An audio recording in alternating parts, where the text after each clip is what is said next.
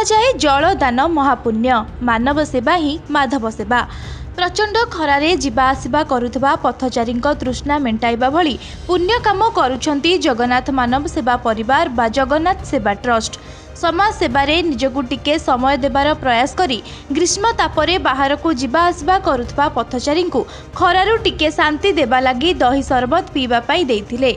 तृष्णा मेंटाइथिबा पथचारी माने जगन्नाथ सेवा ट्रस्ट को आशीर्वाद देबा सह साधुवाद जणाइथिले। एथि सहित संगठनर सदस्य माने पथचारी मानकु दिन 11टा परे अति जरूरी काम नथिले बाहर को जांतु नाही बोली वार्ता देइथिले। एही कार्यक्रम में संगठनर सदस्य क्षितिश ब्रह्मଙ୍କ सह उपदेष्टा मंडलीर मीनकेतन आचार्य अमेय परिडा सरोज ब्रह्म एवं अन्य सदस्य माने सहयोग करथिले। जलदान भली एक महान कार्य करी एपरी एकतार मूलमंत्र सेवारे सबु बेले आगको आसिबा पाई निवेदन करिसंती संगठनर मुख्य तोफान आचार्य। Bureau report live live Odia.